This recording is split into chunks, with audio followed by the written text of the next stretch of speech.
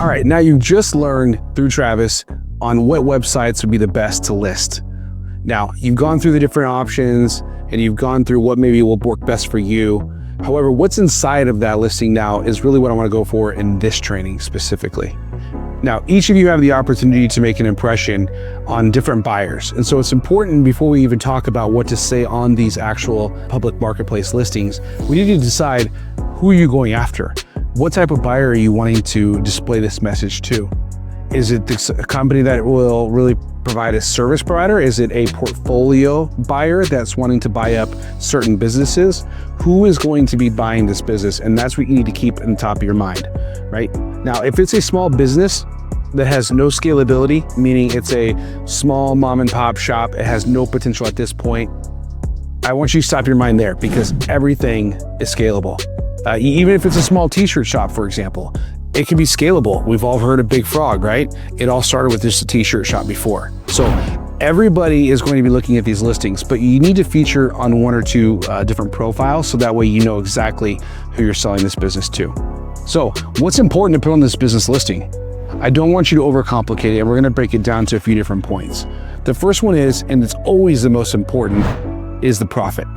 What is this thing going to bring you home if you were to decide to buy this business? Everybody's looking for the ROI. Now, the standard industry rate for if you were just to invest in a stock, it's 9% for the S&P. It's very similar in the business world. You're looking for an 8 to 12% return on investing in your business. Some people want a 2-to-1 ratio where they want to be able to simply put the money in and get it back in 2 years. It all depends, but it's really important where it starts with profit. Profit is everything, right? What am I going to do? You could also be selling to the next corporate employee that said, you know what, I've had enough. I want to get out and I want to do my own thing. They need to know if this business makes enough money to be able to survive and supplement the income. Or it could be passive income where it suffices the down payment versus maybe doing a rental property. I'll buy this business instead and have passive income. So again, it's all about the buyer. And if you continue to do that as you list these different features about the business, keep that in mind always. So first and foremost, profit. You'll put in the subject headline, profits this. Or you'll put in the subject headline, it grosses this. Essentially allow them to get excited based off of either the money or it's scalable. Those are two things in my opinion that mean the most. Now, it could be different for everybody, but the next one that I really would like for you to highlight specifically in this is the overall ability to break down what its OPEXs are. So if you really want to see the next question after the profit, what's it going to cost me? Is there any leases? Is there any real estate that's going to be put in there? You can even put a potential debt pay down payment on there so they can see the transparency of what that means. Again, how much money am I going to make? But what's it going to cost me to get into this business? Now, the other thing, which is point 3, would be, what's it going to cost for me to buy this? So you obviously have the sale price. That'll be the first and foremost thing people see. But a lot of people that are new to the business ownership world don't know exactly what it means to put down. They will try and relay it to the real estate world, which could be 25% down if it's conventional, so and so.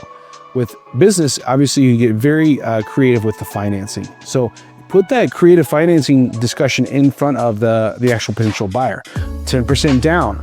Owner's willing to finance this portion of this, or the owner says make an offer, let's make a deal, something that gets them excited and it shows them that, hey, for 10% down, aka maybe $50,000, $15,000, whatever it is, put that specific amount, make it become real life, and that's extremely important. So far we've got the profit, we've got the operating expenses, and we now have basically the ability to talk about creative financing on there. Now, the next thing on there is to talk about the business and get them excited. Now we're talking to the potential buyers, right? So I would very much set forth and set the expectations that if your current seller is going to see these listings on the marketplace, that they need to be open and have agility behind the scenes. Because you're going to explain things to where it looks like there's a lot of opportunity in certain areas. This area is not so good, blah, blah, blah, blah, blah, because you want to be able to put themselves in the situation. It's almost like walking into a house and saying, my furniture would look good here, my furniture would look good there. You have to create that scenario even with the business. You can run your office right out of this location.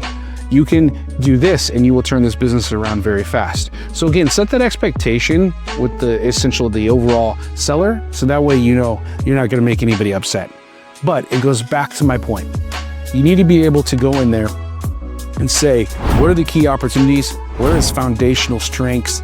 And it needs to be less than a paragraph because no one's going to continue to read further. You want them to want the next piece, which is the SIM. So essentially, how much it's going to profit, what are its OPEXs, what does the creative financing look like to get somebody excited? And the paragraph so far is what we have on this page of what's about this business. And I'll give you some examples. If it's a furniture business, for example, business has been in play for 15 years, fantastic owner. Employees are fantastic sales reps. They're driving success, would want to stay as the business sells. You'll say something like, inventory is included in this purchase price. You could say owners wanting to sell fast, owners willing to train. These are highlighted subject lines that you could put in a paragraph that allows you to do so. Now use your tools. We have AI out there that can help you generate them based off of your solid foundation of ideas behind the scenes. Now, finally is really the next steps. You need to display in this listing, what are the next steps to be able to contact you, right? Some of you are gonna have automation set up where it says inquire about business and then pops over and sends the SIM. But at first, most of you are gonna start out with just simply email. Now, you can very much tell on a biz by sell, as I mentioned in the earlier trainings, that if it's for sale by owner, they're not gonna put premium options, they're not gonna have a business profile picture, and they're gonna have directly their cell phone. Now, I would highly recommend mimicking some of that. What I mean by that is definitely put your cell phone on there. Definitely be willing to take the calls. Put your profile on there and kind of have best of both worlds. Be available. Show that you're ready to talk about it for that next introduction call and being able to take them down the pathway of buying this business. So if you have an automated system, be very careful because a lot of people will fall through the cracks. There's so many banks out there that are going to help creative financing, so many ways to get unique with this aspect. You don't want to turn away potential buyers for any other businesses that you have. In general, those are the 5 bullet points that we've gone over essentially on main points on listing on any of these platforms. Again, you want to make it excited. Put yourself in the shoes. Read the profile, and if you're not ready to go and answer the top 5 questions and excited about the business, then rechange it. Now, again, here at Legacy Broker Academy, we have a lot of examples that you're going to be able to see different listings, how we display it, different marketing. Check them out, and we'll continue to work through this. So I'll see you on the next course. Thank you.